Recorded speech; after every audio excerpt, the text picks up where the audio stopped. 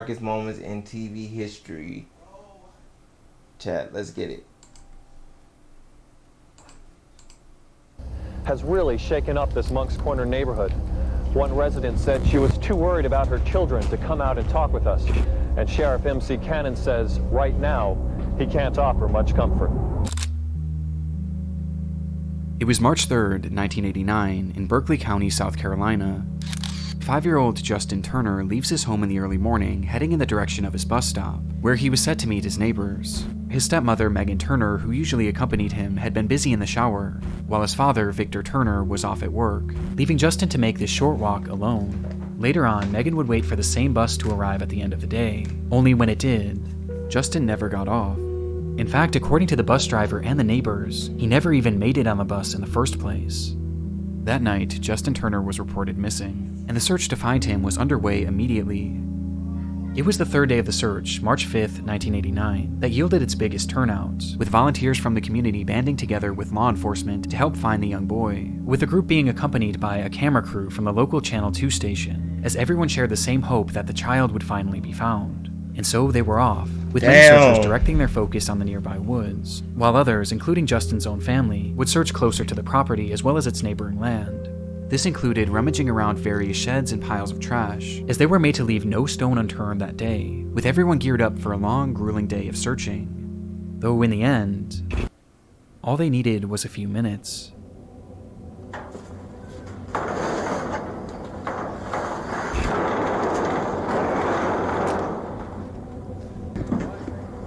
Something's in there. Nathan, that's No camera, no camera. Where is he at? Where is he at?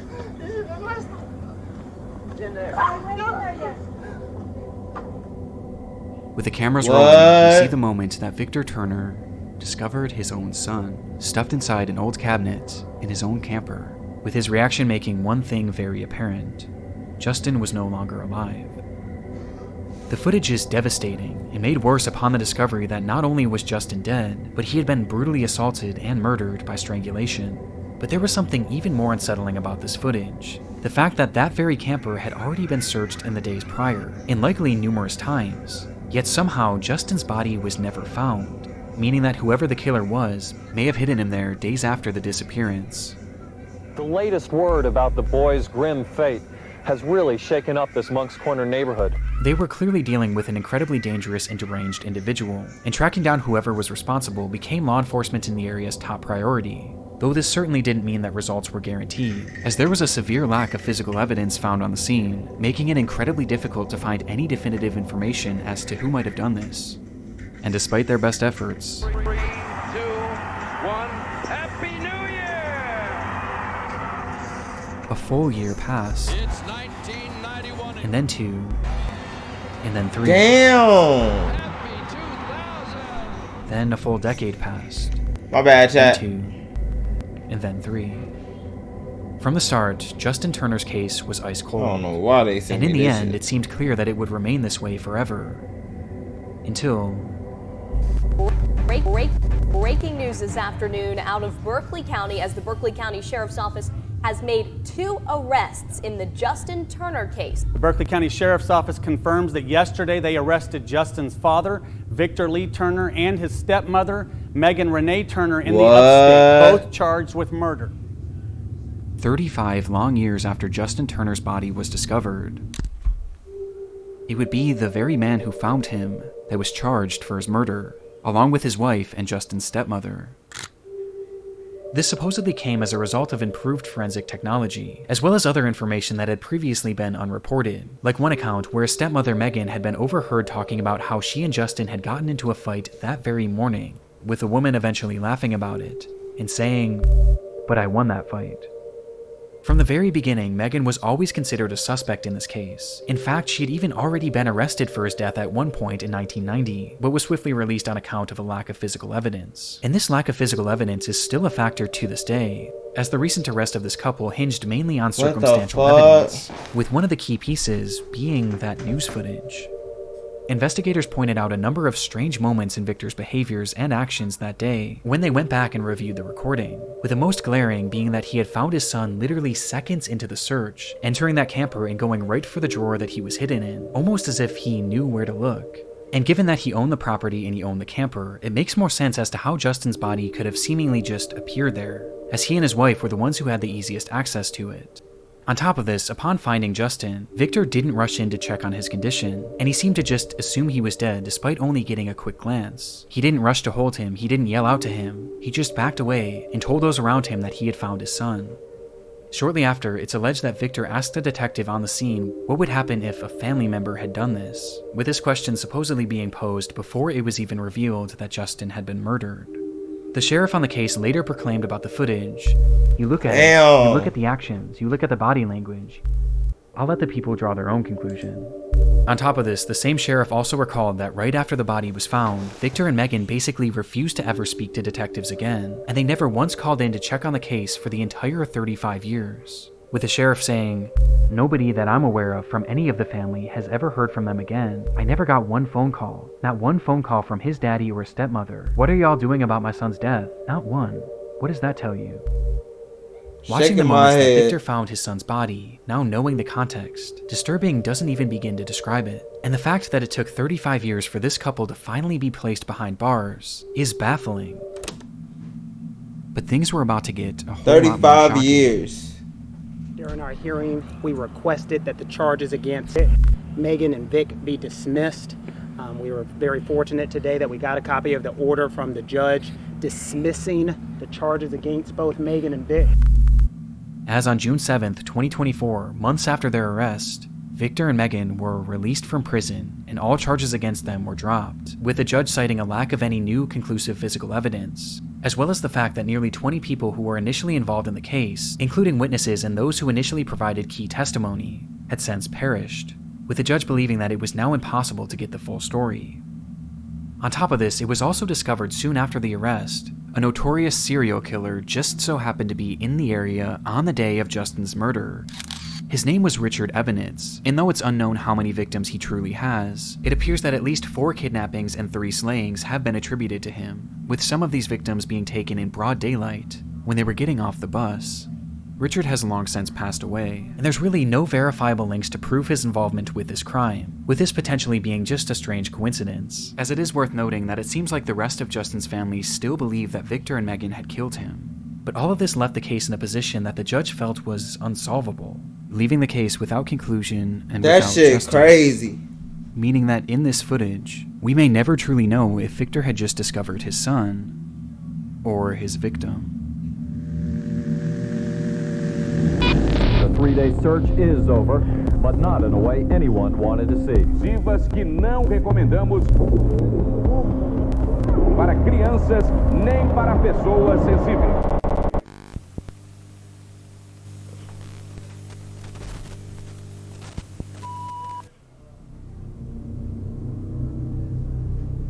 Recently I discovered something truly distressing. I was being double charged for Netflix. It turns out What that I was the paying for an old fuck? account that I didn't even realize was still active for well over a year. And I only found out thanks to today's sponsor, Rocket Money. Rocket Money has helped save its customers up to $700. Fuck. George and his friend, the man with the yellow hat, were going... Damn, chat. This... Hey, fun fact, chat. My name, bro, and it sounds crazy, but my name is actually George, bro. Fun fact, like a motherfucker, that's crazy. This is a beautiful spot to set up camp, George. I used to hate this because it used to be fucking, and now I realize it now.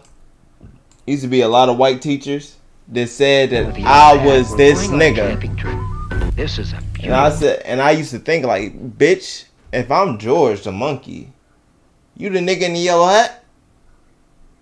Fuck. Spot to set up camp, George. George turned around and saw something scary. It was a thin trail of smoke. There seems to be something innately interesting about survival shows. For decades, audiences have been enamored by depictions of people pushing themselves to the limit in order to survive harsh and almost inhumane conditions. Most notably, and one of the more tame examples, is Survivor, which no doubt popularized the genre, as it isn't just a staple of television in the US, but all the other countries that have since created their own versions of the show. In France, the show is called Koh-Lanta, and was created back in 2001 by the company Adventureline Productions, or ALP for short. and by the year 2015, the show was one of the most popular in its market, having seen 13 successful seasons. And so, riding the high of this impressive feat, ALP decided to try their hand at a new show, one that was far more daring. Hur fasen ska detta gå?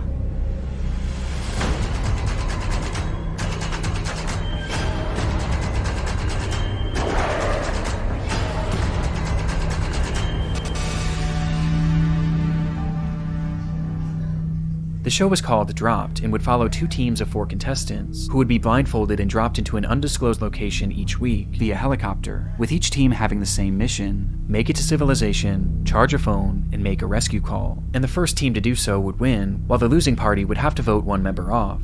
It was a fairly interesting idea, but it also already had a proof of concept, as there was actually an identical show being made in Sweden at the time that was already well received. Though Dropped wanted to turn up the interest even more, and that's exactly what they did when they announced that the cast would be composed solely of famous athletes, most of whom turned out to be French Olympians who were already well beloved in the country.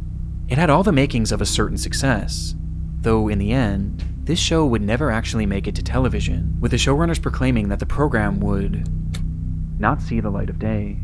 And this was all thanks to the events of March 9th, 2015.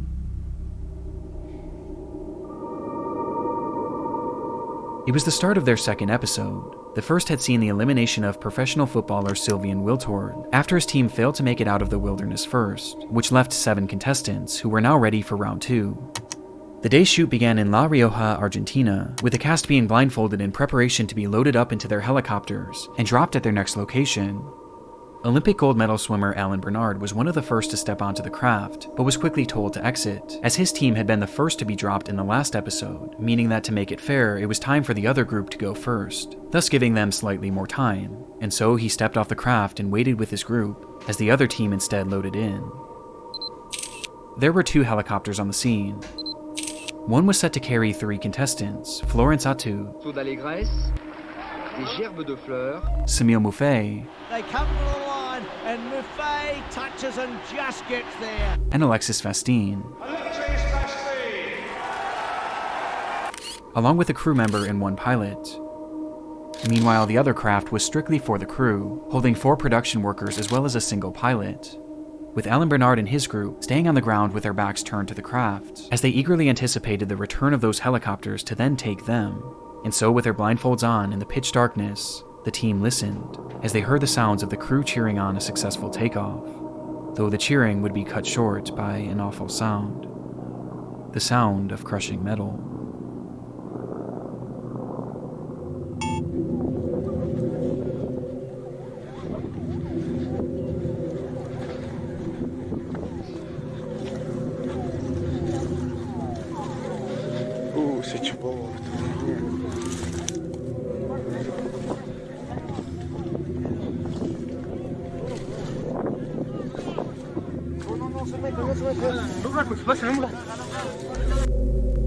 The aftermath was recorded on the cell phone of someone standing nearby, showing us a large group of people rushing towards a massive plume of smoke.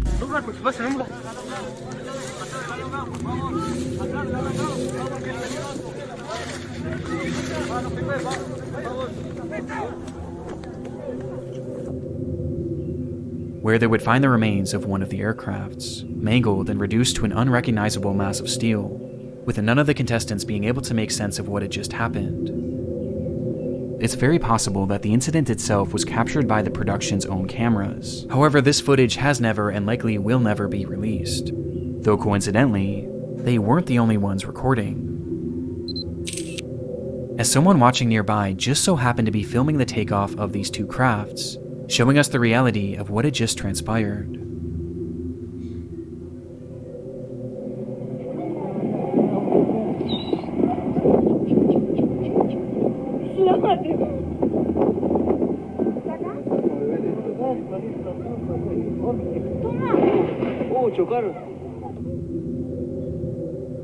Just as the 2 aircrafts had taken to the sky, the second and lowest helicopter began rapidly ascending, with the pilot seemingly failing to realize that the other craft was directly above them, causing the 2 to collide, and then plummet to the ground below. In the end, 10 people went into the sky, and none made it down alive.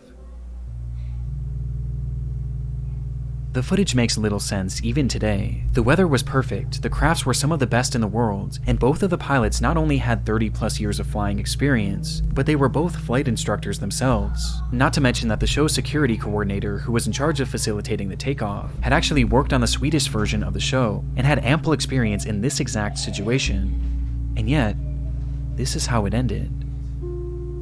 It was eventually determined that the higher helicopter was likely flying out of visual contact from the lower helicopter, and that the pilot of the ascending chopper likely just didn't realize how close they were, with reports also indicating that he may have been distracted by the actual filming process, something we've tragically seen before. We're gonna pull out. We don't know what has just happened right there. And because of this, it appeared that at least some pilot error was to blame. But it was ALP that was found largely responsible, with alleged serious safety oversights being discovered later on, with it appearing that this crash was the result of multiple small factors coming together to form one catastrophic accident. After the incident, Dropped was swiftly cancelled, while the team that had so narrowly avoided getting on that flight and in turn likely having perished themselves were left in complete and utter shock, forever changed by the accident.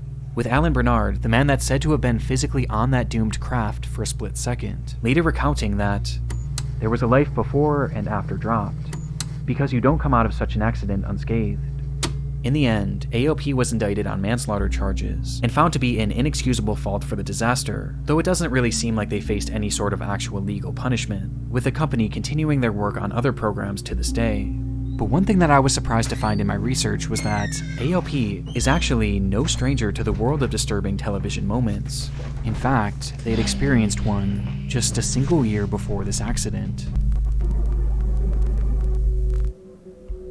As mentioned previously, ALP was already quite versed in the world of survival television, as they had run 13 successful seasons of Koh Lanta. Though what I failed to mention is that the company had actually produced 14 seasons. Or at least they attempted to.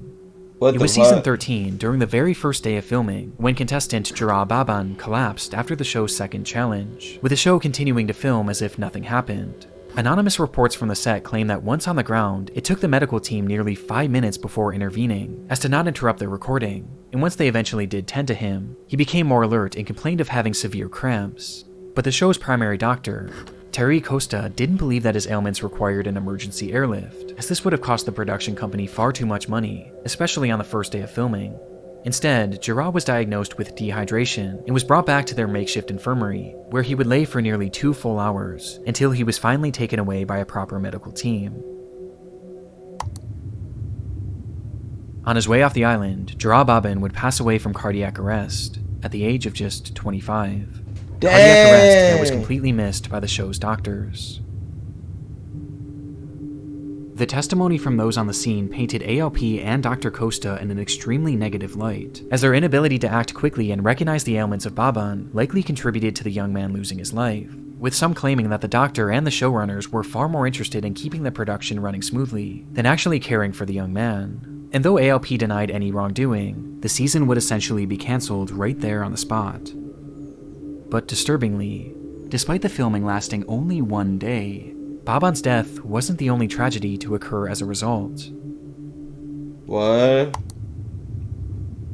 Due to intense public ridicule, Dr. Terry Costa would end his life just days later, stating that all the negative news reports about him were wrong, and that they had sullied his good name, writing in a final note, "I'm sure that I treated Jara in a respectable manner, as a patient and not as a contestant," adding, "having to reconstruct this destroyed reputation would be unbearable," before ending his letter with a message to those on the shoot that had spoken out against him.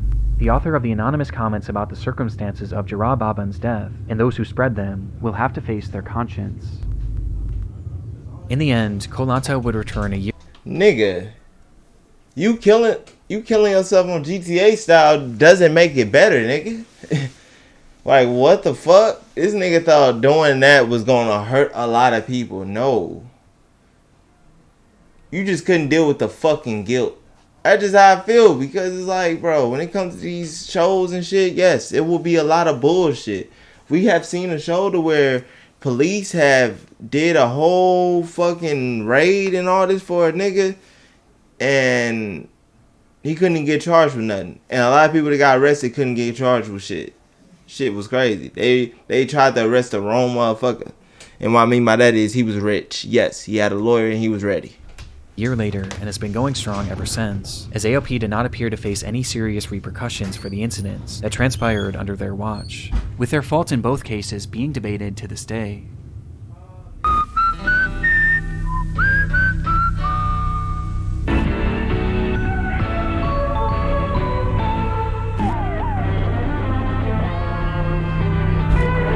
Emergência 911, a vida como ela é na tela do SBT.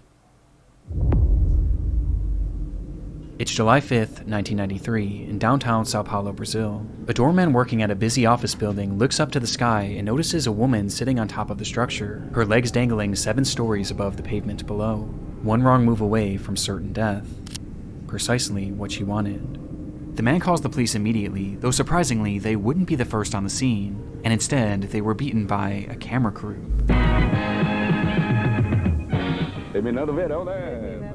The group was from the show Aqui Agora, a news program from the network SBT that had become notorious for their sensationalized and shocking stories. In their history, they had captured live footage of police riots, kidnappings, and even murders, which they would then broadcast on air as part of their show. And this unfolding situation was their content for the day. Nós fomos ver o que estava acontecendo. E quando nós chegamos ao local, o corpo de bombeiros chegou, os bombeiros chegaram junto conosco. O que é um suicídio? Onde? Nós vimos junto. Um bombeiro olhou para cima, estava lá a menina, sentada no parapeito. E eu tomei um susto, a câmera olhou também, nós tomamos um susto.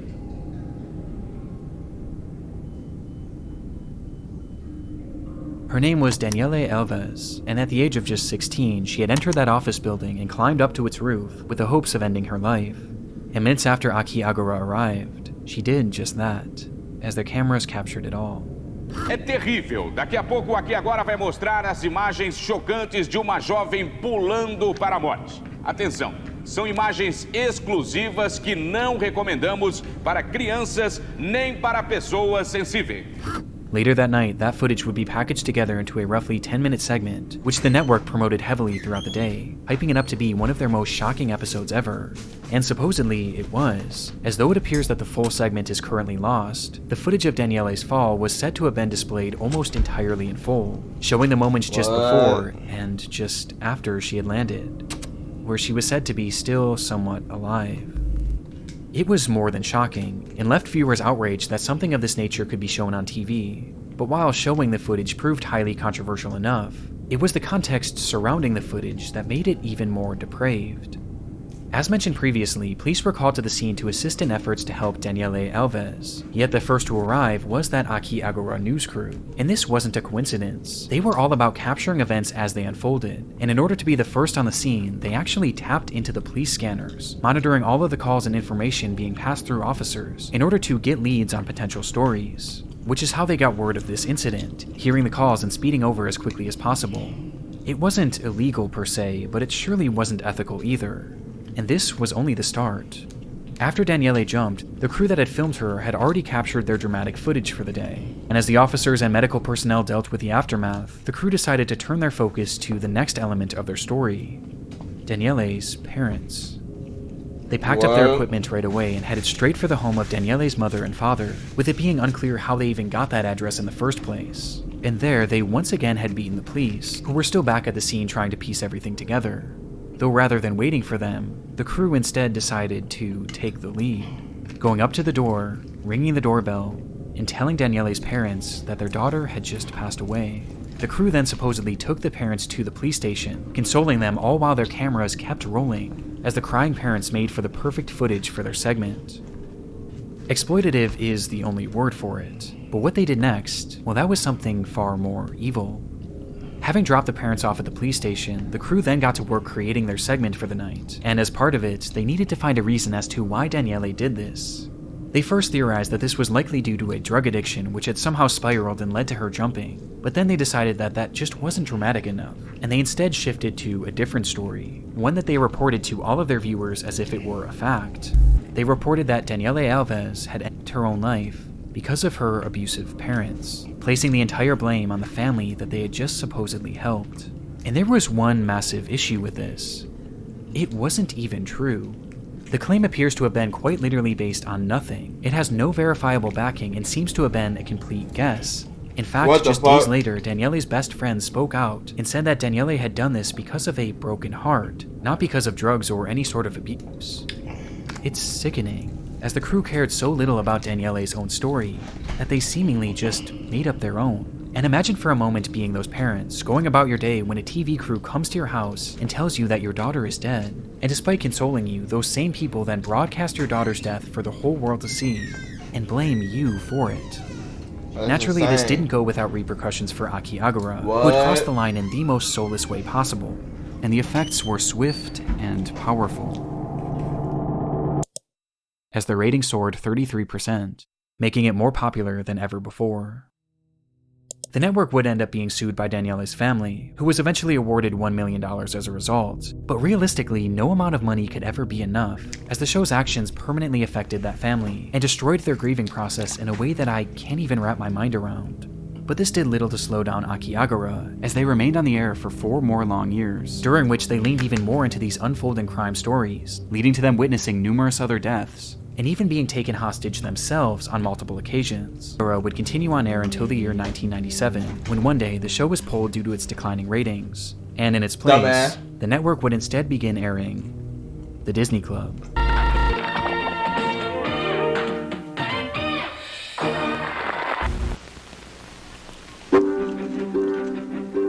That's the fuck they get, chat. A train coming toward you. What do you think would happen? It was an exciting day for the crew of the upcoming movie Midnight Rider, the Greg Allman story. Years had been spent planning and scripting for this biographical film about Greg Allman of the Allman Brothers. And this day, February 20th, 2016, would be the day that they would finally start filming.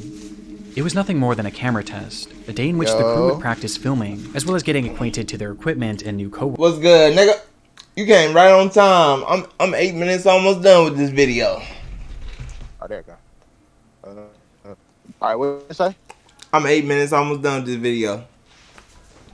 Are you good? We went to the store and got some food. We back now. I think I'm about to get on. Hell yeah, hell yeah. On my phone right now, walking to the mailbox. Oh shit, a little dirty about. But nah, I'm about to. Yeah, last night was tragic, man. What happened last night? You hear me? Hold on, chat. Before we continue the video, if it's some juicy shit, we gonna have to talk. If it's not, we back home. What happened last night? Oh, is it like the game? Me and Dale was on. Oh, okay. That shit was trash. I was about to tell your ass too. If you want to, we could wait later, but that nigga Dale get off at 5. But I don't know. I was thinking about zombies. Yeah, I'm on now. I ain't got nothing. Are you trying to do zombies right now? Hell yeah. I ain't gonna lie to you. I ain't been smoking this whole time. I'm 2 hours in the stream. I ain't really smoked like that because of zombies. Shit, I ain't trying to fuck up. All right, so we gonna start with the map. We gonna start with the map. You need to do first is the second one, the terminus. Not terminus. What's that shit called? I don't even know. We can start with that one. All right, bet. Hey, stupid dog. Hey, Loki, you might have to mute me real quick. Because mute me until like 2:35. I'm gonna be ready. Oh, you good? I'm about to. I told you I got you on my phone. I'm about to turn my game on and shit, and I'll join it. Oh yeah, my dumb ass slow. I'm thinking that this nigga in the game. I ain't trying to fuck you up with yelling. Nah, you good? I'm about to. I got you. All right, bet. All right, chat. As y'all can hear, C-Mine's in the motherfucking building. Let's get around the motherfucking applause in this bitch. All right, chat. Let's hurry up and finish this. Right now, we on the darkest moments in TV history 6. The segment we on right now is Midnight Rider. So let's see what the fuck happened in this movie that made it so dark in TV history, chat. Let's hurry up and finish it. Workers. But for the group of 20, the excitement in the air was palpable, as they were given access to a stunning piece of land in Nahunta, Georgia. So stunning, in fact, that the film's director, Randall Miller, just couldn't wait to begin the actual process of filming. Slicing through the property was an old railroad that had crossed over a scenic bridge raised high above the Altamaha River, the perfect location for a shot that Miller had been envisioning. It was set to be a dream sequence where Allman's character would wake up on a hospital bed in the middle of the tracks and see a vision of his brother, and it was a shot that Miller just had to have. However, there was one major issue. The crew was given permission to film on the property, but not the actual railway, as this was owned by a separate company named CSX, and when Miller asked them for permission to film the shot, he was denied multiple times, as these tracks were still very active, making it far too dangerous. But being on location and seeing that bridge, Miller couldn't help himself. And so he directed his crew to set up the scene anyway, believing that they could quickly steal a shot without anyone noticing. Miller had supposedly done his research too, and discovered that only 2 trains were set to roll through the area that day, and he knew the general intervals in which they were supposed to pass. Based on this, he figured that those trains wouldn't arrive for a few hours, giving them more than enough time to film the movie's very first scene. And so they quickly set everything up, rolling out a metal hospital bed and placing it towards the center of the bridge, with Miller assuring his crew that this was in fact safe, and that they had nothing to worry about, as the camera began to roll. Minutes later, the bed began to shake, and the silence around them was shattered by the sound of a whistle.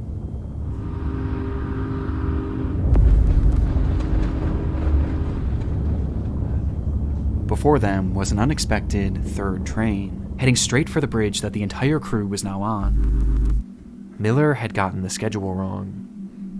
At this point, the crew was filming a considerable distance into the bridge, but the shortest and really only route to safety was to go towards the oncoming train, and so that's precisely the route they took. And as they did so, there was little panic within the group, as rather than rushing to safety, they all seemed more focused on retrieving their equipment, believing that they had more than enough time to salvage everything. As after all, losing this expensive equipment on day 1 would have been devastating for the production. They likely had no idea that from the sound of that first whistle, they had just 60 seconds until the train would cross that bridge, whether they were off it or not. As they began to realize just how quickly the train was approaching, their movements became more hurried, which is where one major problem occurred. That metal hospital bed. It was incredibly heavy on its own, and though it was designed to roll, its wheels kept getting caught on the tracks, and worst of all, it was set up horizontally, which essentially turned it into a barricade. And despite their best efforts to save everything, their time was up, and as the camera continued rolling, the train would arrive.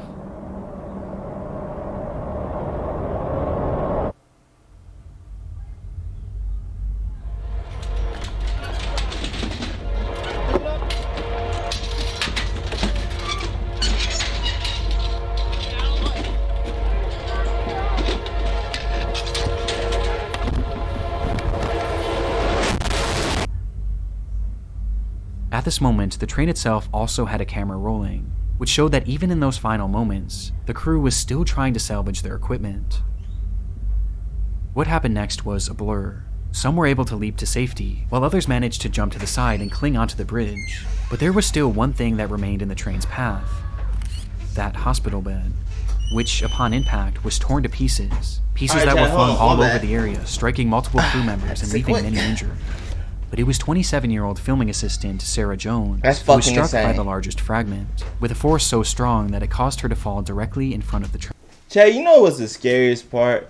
The simple fact, like the simple fact. I'm not even saying this to get future people that's trying to do what they trying to do nervous, but the simple fact of how you categorize yourself as this type of movie person, that type of movie person, and you try to pursue in what you want to do.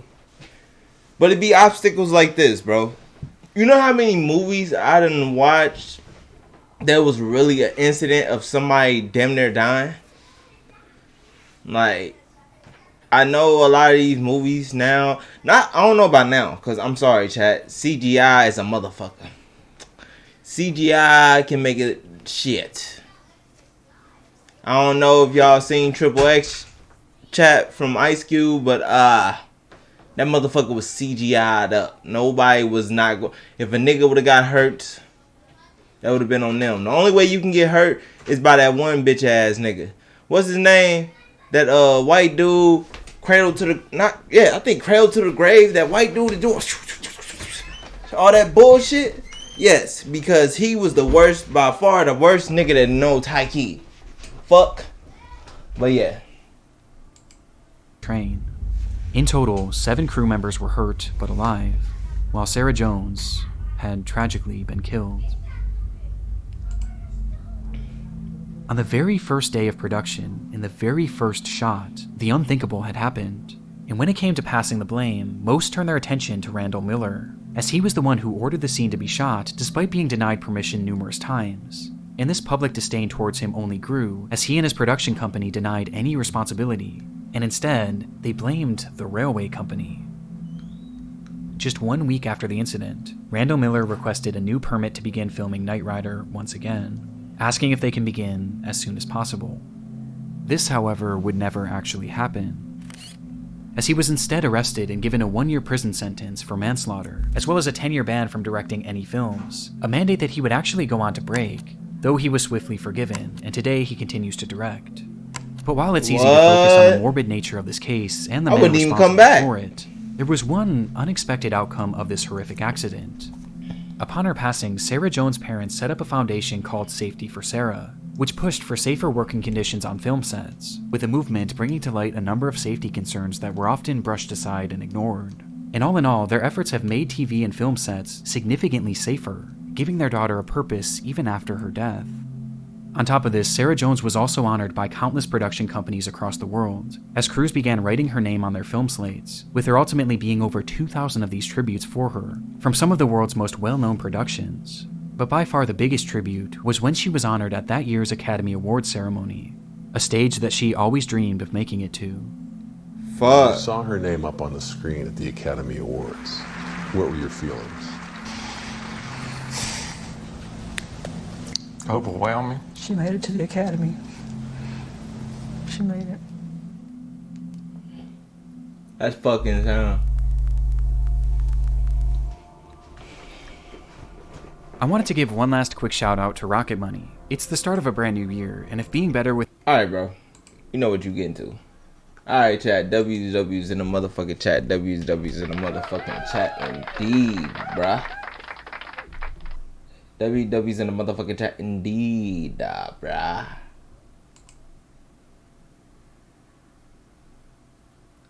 W's in the motherfucking chat. Indeed.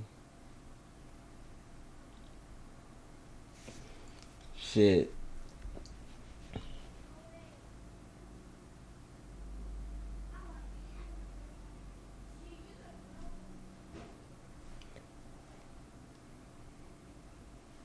Hold on, chat. Give me 1 second.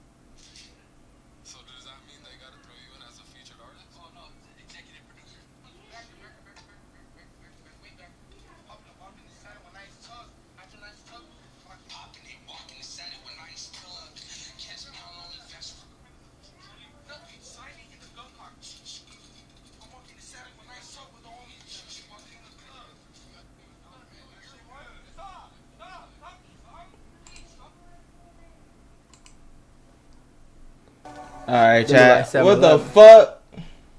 Alright, let's get it. Dude, what? I just lost my video. First stop. Lost my motherfucking video. My bad, chat. Alright, so, right now.